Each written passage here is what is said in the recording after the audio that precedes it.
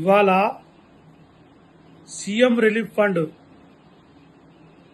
దోచుకున్న విధానం చూస్తూ ఉంటే బీఆర్ఎస్ పార్టీ నాయకులు హరీష్ రావు సిబ్బంది అసలు సిగ్గుతోటి బీఆర్ఎస్ పార్టీ వాళ్ళు వాళ్ళ చెప్పుతో వాళ్ళే కొట్టుకోవాలి. ఎక్కడైనా ట్రైన్ దొంగలను చూసినాం, గజ దొంగలను చూసినాం, దారిదోపుడు దొంగలను చూసినాం.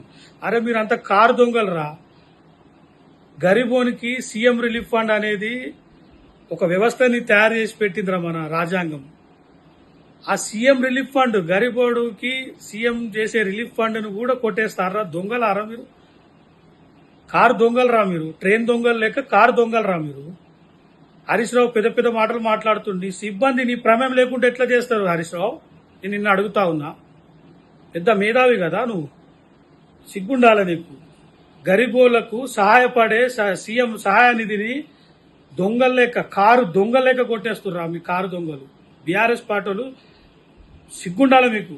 దేని వదిలిర్రా మీరు? Wine, sand mafia, mind mafia, wine mafia, water mafia, Kaleshwaram mafia. ఇప్పుడేంద్రా సీఎం రిలీఫ్ ఫండ్ కొడతారా? మీ బతుకులు జడ. ఇంకా ఏ ముఖాన్ని చూసుకొని రా మీరు పార్లమెంట్ ఎలక్షన్లోకి పోతారు? ఇదేనారా మీకు నేర్పించింది?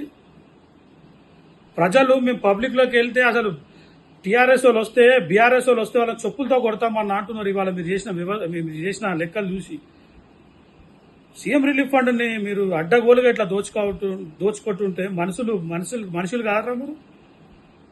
ఇవాళ మా ప్రభుత్వం ఖచ్చితంగా దీనిపైన విచారణ జరిపి ఏ నా కొడుకులు ఉన్నారో అందరినీ చెంచాలు కూడా జైల్లో చుప్ప కూడా తెంపిస్తాం.